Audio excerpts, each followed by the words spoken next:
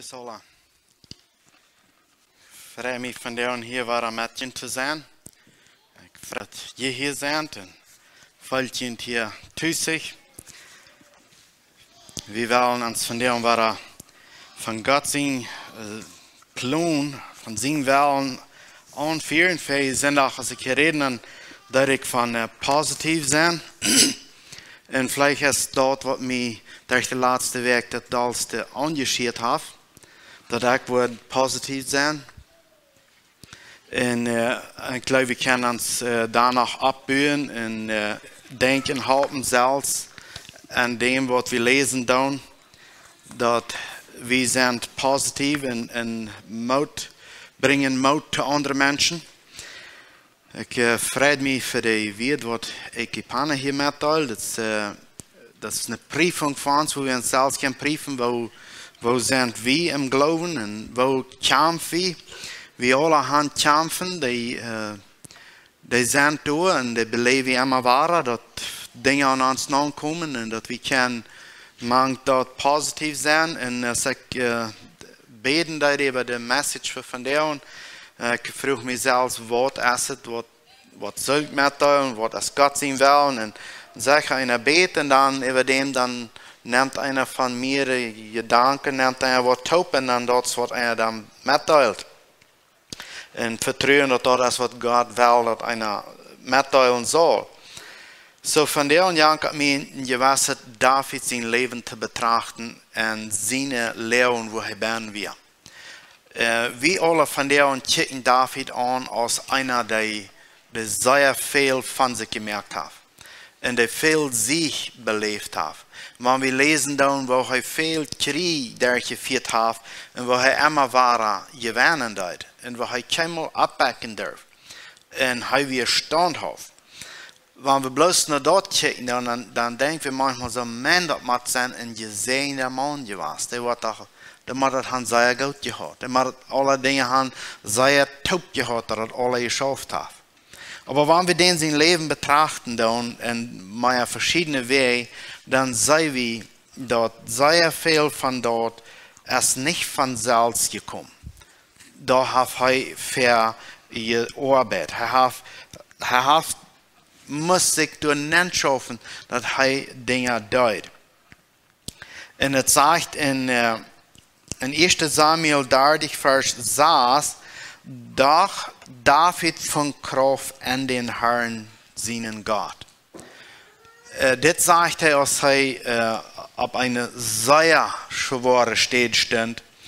Und dann sagt er, David von Kraft an den Herrn seinen Gott.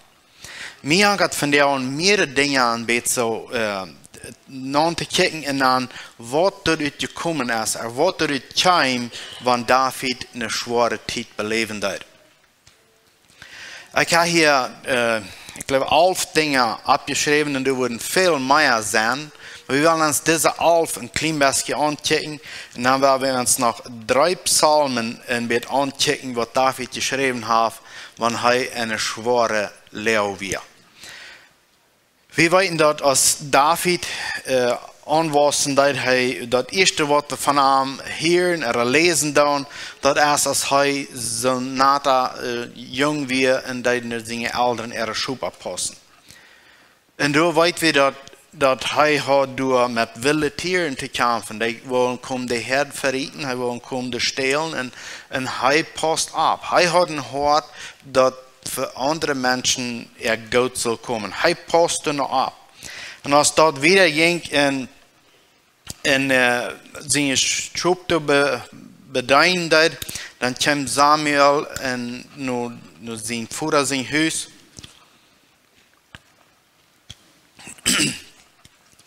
Und dann war er als König gewählt und dann war er, glaube ich, noch nicht mal 20 Jahre alt. Und dann war er das gesagt.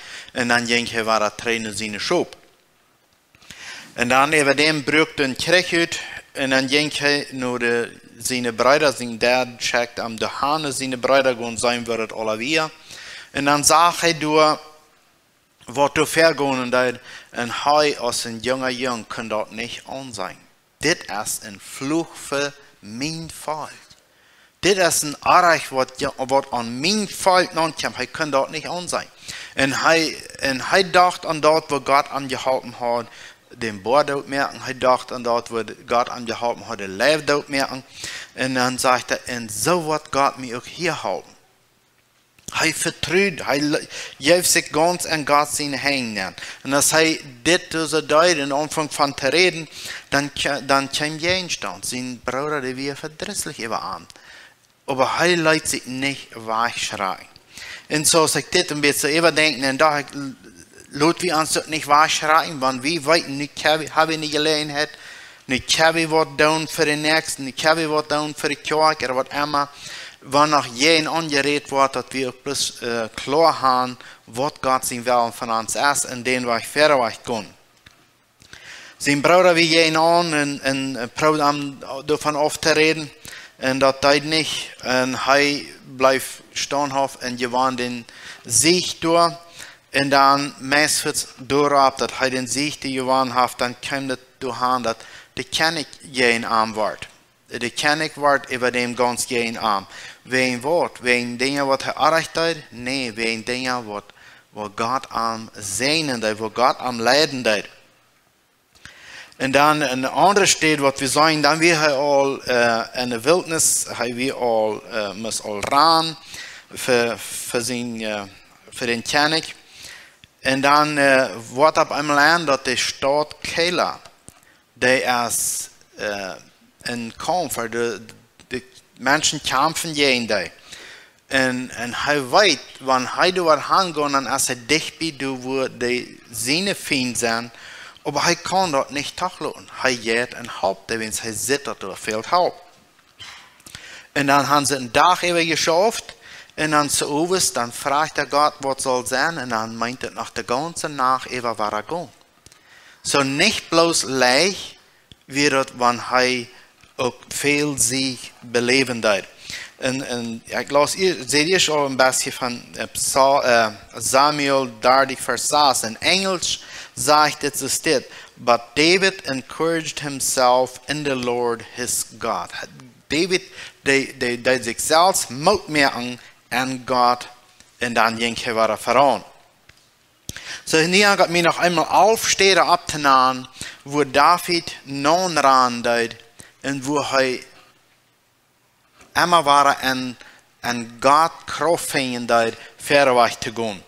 We weten dat als hij een jong was, hij weer al Goliath besiegt, en hij weer al meermaal beim Kenneke was, en dan deed hij door spelen, Harpspelen voor den Kennek. En tweemaal schmidt de Kennek in Spissen aan. So, we zeggen door dat hij deed deinen, wanneer hij ook wist dat het gevaar was. Hij wilde niet schei en hield zich trouw. Hij wist dat wie gefährlich, maar hij deed en hij vertrouwde op God en hij beschützt hem. We weten als dat wieder ging, hij wordt in zijn eigen huis nu staan en hij moest ran. En dat is waar hij Psalm 59 schreven deed. Als dat de zware tijd was, hij wist dat alles draait zich toe en draait zich geen aan. En dan schrijft hij Psalm 59. Dan waar we later nog een beetje nakijken. Hij wordt van Kennik Saul verjaagd, nu jaag. Die vervolgt hem en weer hij in de wildnis. En dat is waar hij Psalm 63 schreven deed. We weten dat hij heeft veel tijden moest en versterkt zijn. Waar hem dat aan vrienden fehlt, waar hem dat aan de ouderen fehlt, waar hem dat aan bijstand fehlen deed. En hij moest en versterkt zijn. Zijn ganze familie wordt gekidnapt. Zijn vrouw, zijn kinderen, de ganze stad. Als zij kampf met de Philister gingen, de Philister in terugschecken deden. En dan ze naar huis komen, ik weet niet hoeveel deel ze gegaan hebben, maar komen naar huis. En zijn alle ganz meid van reizen. En dan, als ze thuis aankomen, dan zeggen ze dat ihre huizen zijn alle doorgebrand, uitgebrand. Geen mens te vinden. alle meid, doel. En dan begrijpen ze dat de familie als wij. En dan weten we, als dat is alles het doel weer, dan vangen de andere mannen aan van te reden dat we David zijn schulden willen ze aan naar stijgen. Voor dat wat hij niks aan gedaan had. Wo hij niks had kunnen te doen. En dan zegt het, de vers wat ik eerst gelezen heb, in 1 Samuel 30 vers 6. Dit weer een schlimme leeuw voor David. Zijn mannen reden van am stijgen wil zij zo schlau werden, dat families weg werden. Dan zegt het, doch David van kraft en den Herrn zijn God. En dan ploont hij en stal mög en alle moed zo. Waar we veranderen, we kunnen hier niet plus zitten blijven. Hij kreeg kracht en zijn God.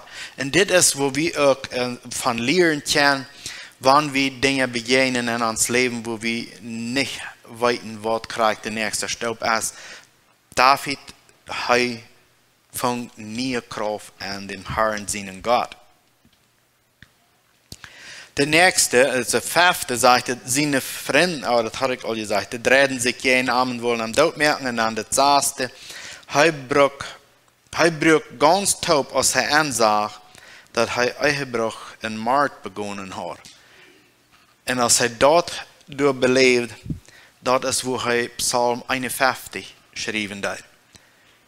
So hij werd ganz doel voor dingen wat hij zelfs had gedaan. So we zijn de eerste 5, dat we zien wat andere armen hadden aangedaan, wat andere armen verzochten te zetten.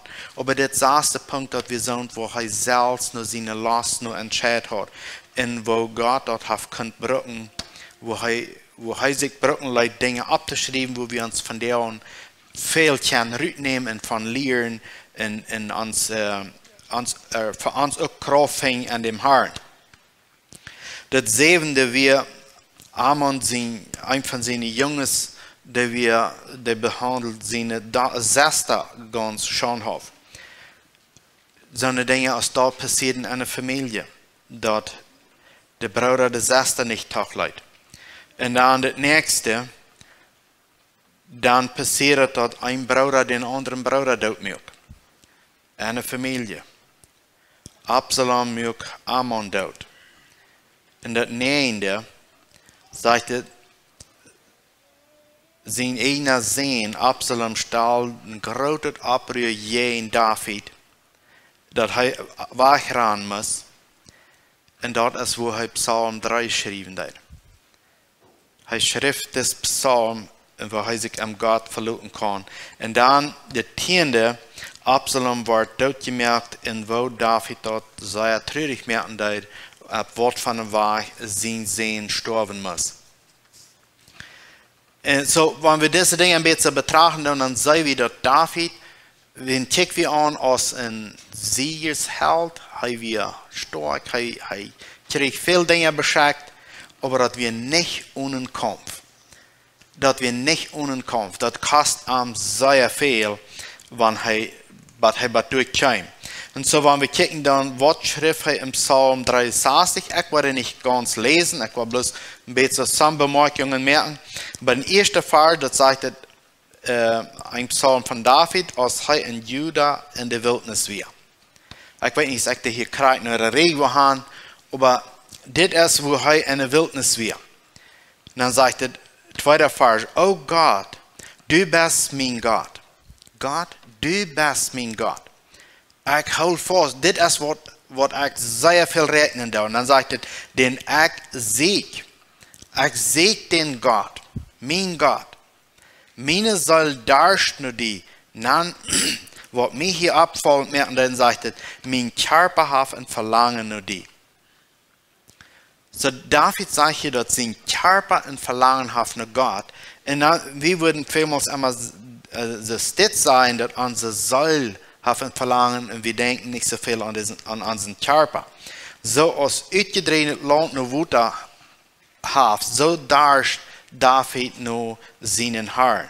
Er will in Gemeinschaft leben mit ihm. Er will, dass Gott ihm soll bestehen. Und er möchte sich immer wieder sicher, dass das, was ich tue, even wenn ich wegrennen muss, even wenn ich auch verstärkt sein, aber Gott ist mein Schutz und mein Helfer.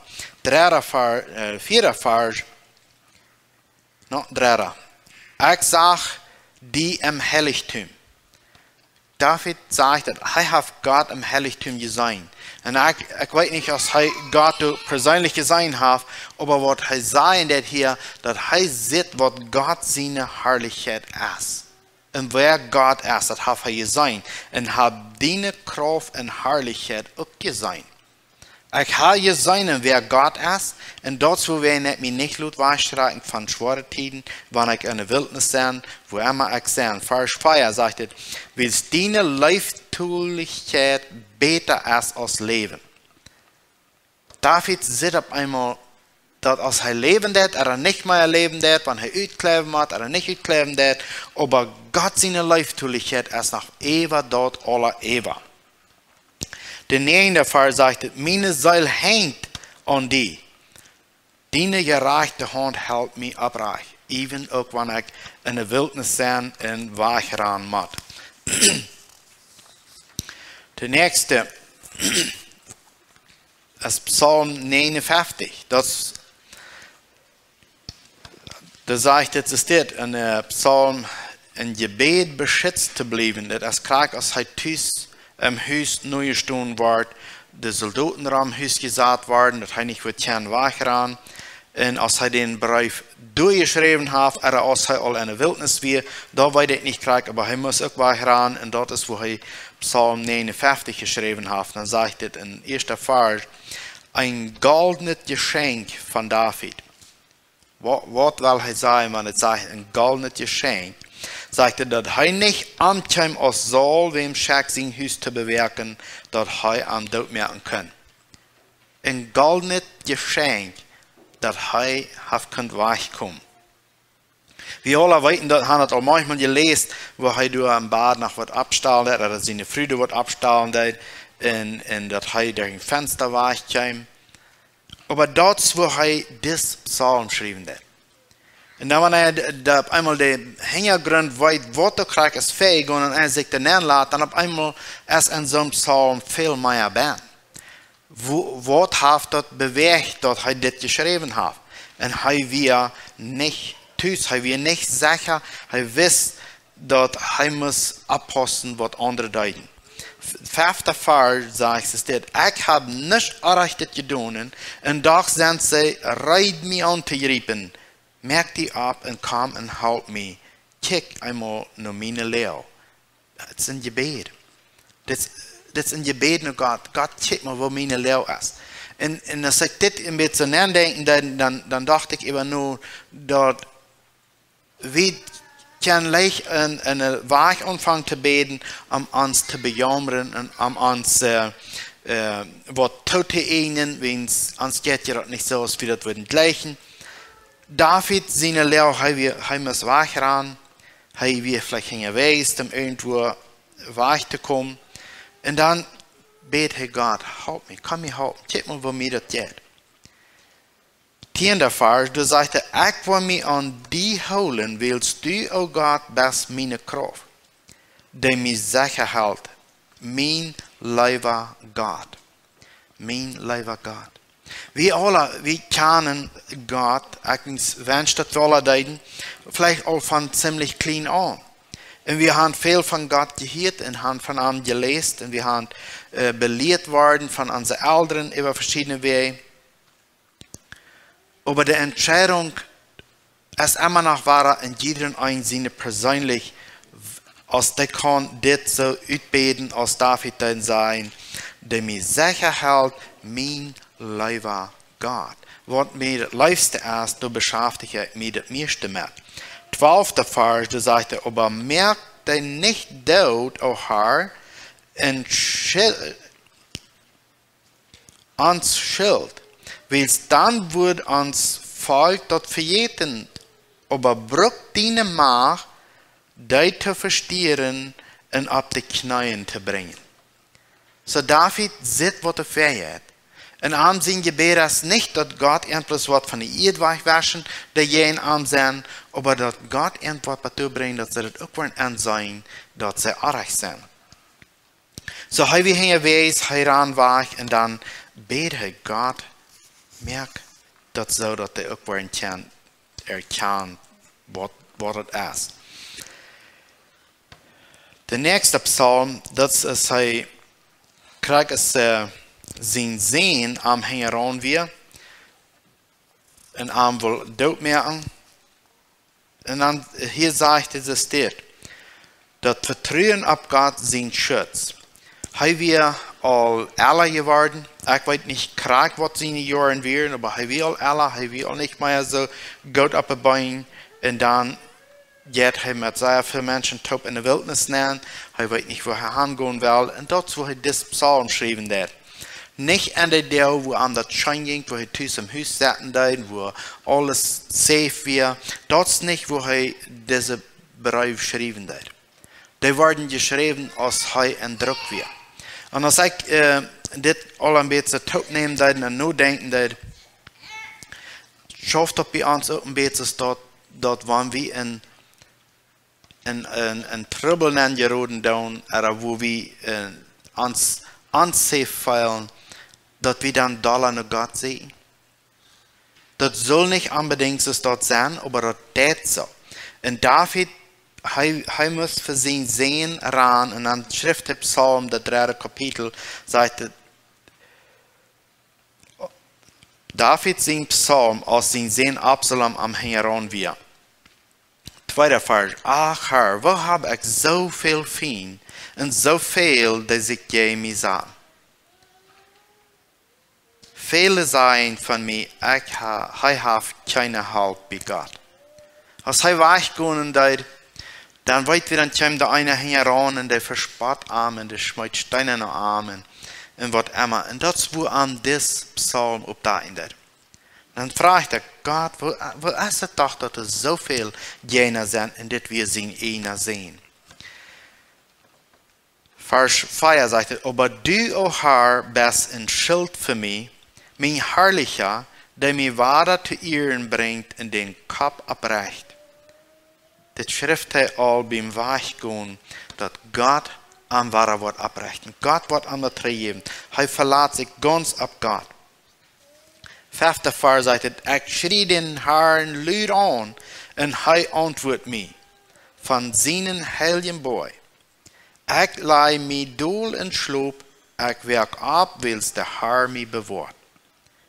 Ik angst mij niet voor de veel duizenden mensen die zich van alle zijden jij mij zagen. Merk die ever her, o Herr, raad mij, o mijn God, du schlägst al meine vrienden op de bak, du brakst de godloze de teen.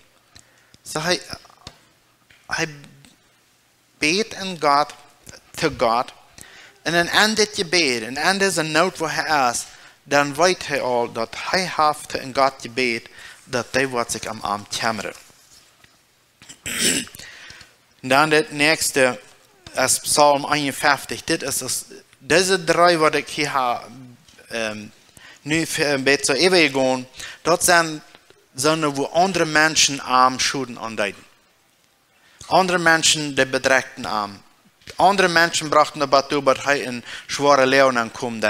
Maar Psalm 51, dat is niet wegen andere mensen. Dat is wegen zijn ene schulden. Wegen zijn ene last. En wanneer we dit psalm even lezen, en ons te laten, waaraan dat gaat, hij is hier 7 dagen, wat hij niet gegeten heeft, niet gedronken heeft, hij heeft niet in bad geslopen, hij ligt op een hoge vloer voor 7 dagen. Hij bewijst dat ik weet, ik ben aardig. Ik weet, ik heb gefehlt. En dat is waar hij dit psalm schreef en zegt, de derde vers zegt, God, laat die genoeg over mij zo groot zijn als die truheid je lijf is. Doe nou als die jammerheid groot is, rend mij van mijn zin. Deze ervaring hebben we alle gemerkt, zullen alle gemerkt hebben, dat we weten dass Gott uns gereinigt hat. David wird hier am zu tun, Gott reinigt mein Hort. Ich will nicht in dit schwingende Hort wiederleben. Ich will ein reines Hort. Und so, wenn wir die Psalmen betrachten, dann, wo David die geschrieben hat, als meiste Zeit, als eine steht, wo das sehr schwer ging. Und dann, wenn wir an uns denken, wenn wir in schwere Zeit sind, so leicht will dass wir bloß an uns selbst anfangen zu denken, und fangen an für uns selbst zu kicken und an uns selbst sein, für uns zu sorgen. Und das, wo wir vielmals bloß eine schwere Zeit nennen geraten. David sagt uns, er fängt Kraft an den Herrn, seinen Gott. Er kickt immer weiter rein nach Gott. Und dort, wo er Kraft fängt, und dort, wo er kann Dinge abschreiben und mitteilen. Ich habe vorhin gesagt, dass ich $10 in jährlichen gewassen, als dann, wenn Menschen mich heran wären. Wenn Menschen mich nicht verstehen können. Wenn mir werden Dinge aufgesagt. Wenn mir werden Hüsse geschickt, oder nicht können Zeit mit dem Stuhl. Dort ist, wo Gott sein Wort bloß noch viel mehr wird. Und so, wenn wir in Dinge nennen tun, und wir nicht rütweiten, weil wir das eine an uns immer wieder klar haben, dass wir uns Kraft segnen in dem Herrn, unseren Gott. Vers 9 sagt er, rennt mich mit Isop. In anderen Worten sagt er, du mich mal mit einer Barsch reinbarsten. Dann, wo ich rein sein, wasch mich, dann, wo ich wieder sein als Schnee. Gott. Und an Jesus Christus ist dort passiert. Wenn wir ihn annehmen, dann sind wir gewaschen. Jesus ist der Barsch. Jesus ist der uns reinigen. Er will hier dort alle Absicht nehmen, wo wir schuldig sind. Und David, er wird gedemütigt an sein Vergehen, wo er sich vergehen hat. Und so, wenn wir gedemütigt werden, das ist eine Stadt, wo uns das nicht scheint, dort ist eine Stadt, wo das Schlag geht. Aber dort ist, wo Gott dich bekommen kann. Hier in der Vers sagt er, dass ich mich kann freien und froh sein, dass mein gebrochener Körper sich weiter freien kann. Vers 12. Schaff in mir ein reines Hort, o Gott, und gib mir einen neuen, feststehenden Jes. Steig mir nicht uit in die Wort und nimm mir den heiligen Jes nicht wahr. So, wir alle wissen, dass wir sind nicht immer so gewesen, als wir haben sollen. Wir alle wissen, dass das ans Fleisch uns manchmal noch mittragen will. Die verschiedenen Dinge, die uns Schulden tun. David, er hat viel Siegen belebt. Er hat viel Kriegführen belebt. Und immer war er gesiegt. Aber dann auf einmal lag er hier durch. Nicht wie ein anderer Mensch, aber wie ein sich selbst. Und wo ich dann denken, dass wenn wir auf eine Stadt ankommen, dass wir selbst auf einmal ansehen, hier sind wir schuldig. Das ist nicht andere ihre Schuld.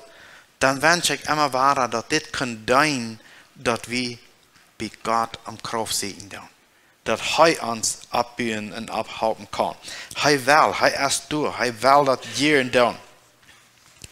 15. Vers sagt es, dann wo ich die Übertreter den dienen Weg lehren und Sünder wollen sich nur die drehen. Das wird David sein Verlangen. Dass er die wird nicht im Glauben leben wird, dass er die wird belehren, er wird lehren und halten. Und dann sagt er, dass Sünder sich wollen Gott drehen, so ist er gerührt hat. Merk mich von meiner Blutschuld frei, o Gott, du, mein Gott, mein Heiland, dann wo ich von deiner Gerechtigkeit singen. So, wenn wir diese Psalmen allein lesen, da sind noch viel mehr, und ich habe bloß ein paar genommen. Aber wenn wir diese allein denken und checken, und was von der Leon hat David da geschrieben, dann auf einmal dann ist noch viel mehr bei, als wenn wir die bloß überlesen. Wenn wir Samuel, 1. Samuel, 2. Samuel, da sind die Geschichten in Details beschrieben. Und da können wir viel Tupknechten mit den Psalmen, wann er David die geschrieben hat. Und en wat van de leeuw hij was als van hij die geschreven heeft. En zo, de meeste psalmen wat hij geschreven heeft, zijn dan geschreven, wanneer hij een zware tijd had. En zo, wanneer we in een tijd aangeroden, wo we ons niet goed met terugvinden, er niet goed met verstaan, dan zullen we ons vragen, wat is wat God me leren wil. En dan kunnen we ons herinneren aan dat wat David deed, wanneer hij in een zware leeuw was. Nog een geschichte zum Schluss. Da wir in der 1856 wieder in Mann, da werden zwei Familien, ist eine Familie nur eine steht geschickt als Missionar-Lied und das geht nicht lang, dann werden die dort gemerkt. Dann statt Luther werden die zweite paar Lieder angeschickt und das geht nicht lang, aber die werden dort gemerkt. Und dann der dritte. Und dat wir manchen Betas oder Batas in dir staan. En als hij de eerste 2 jaar is, of de lieder de eerste 2 jaar zijn, dan zegt hij manchmal zich zeer diester gefällt op de jegend. Dat hij zelfs niet kan doen als bloos banen blijven en beden. Hij blijft bloos banen en beden. En dat valt zich zo overwhelming dat hij niet wist wat de krijg vergaan deed. Maar hij blijft door in bed. Na 2 jaar, dan komt de leraar van den Sturm naar hem en zegt hij zal einmal wissen, wo hij al deze soldaten bewahren hat, die danach immer am zijn huis zijn. Nou, hij heeft keine soldaten. Hij heeft keine. Er zijn plus hij en 2 jongens en zijn vrouw, dat weer am huis is. Nou, dat läuft er niet. Dan krijgt hij dem dergten huis en wijst hem alle aan, dus keine soldaten. En dat is hem niet duidelijk. En dan vertelt hij hem dat zij vielmals am zijn huis geweest erop dat ze allemaal gewoon dood merken, dat ze de anderen hadden. En er waren immer veel soldaten am huis. Als hij dan wieder so geredet hat, dann sagt er bis, no, ich habe hier keine Soldaten am mein Haus. Vorher sage ich gerne noch, als er gesagt keine Soldaten hat, dann sagt er, yes, du hast. Wenn wir selbst willen uns dort nicht als große Gruppe, dann nehmen wir uns noch ein Zauberer an, der würde anbringen. Und da hat wir auch 3 gekommen und hat gesagt, wir haben zu viele Soldaten am, er kann nicht. Und dann sagt er, no, er hat nicht, aber dann fängt er an und stellt er an, wer du erst die Soldaten anstellen hat. Und dass sein Gott erst, er sagt, dass es steht, an sein heiligen Buch, wobei er lesen hat, die Schrift hat, dass Gott die Sinne beschützen hat. Und dass Gott die Sinne bewahren hat. Und damit doch auch sein Gott im Himmel die Soldaten hat angestellt. Und so die Missionar, die waren nicht dort gemerkt, er konnte für viele Jahre schaffen. So ist David seine Geschichte, der allein kicken hat, wo er beschützt geblieben ist, vielmals. Durch das ist nicht, dass Soldaten sind angestellt worden, dass er nicht wird dort gemerkt, aber er wird so gelehrt, dass er immer weiter beschützt bleibt, er immer weiter kann siegen.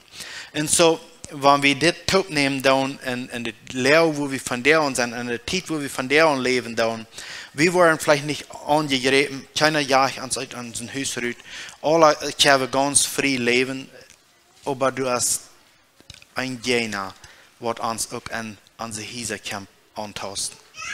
Und der will nicht, dass in die glücklich sein. Der will nicht, dass in die Sieger sein. Der will nicht, dass in die anfangen, Psalmen zu schreiben, Lieder zu dichten, viel singen.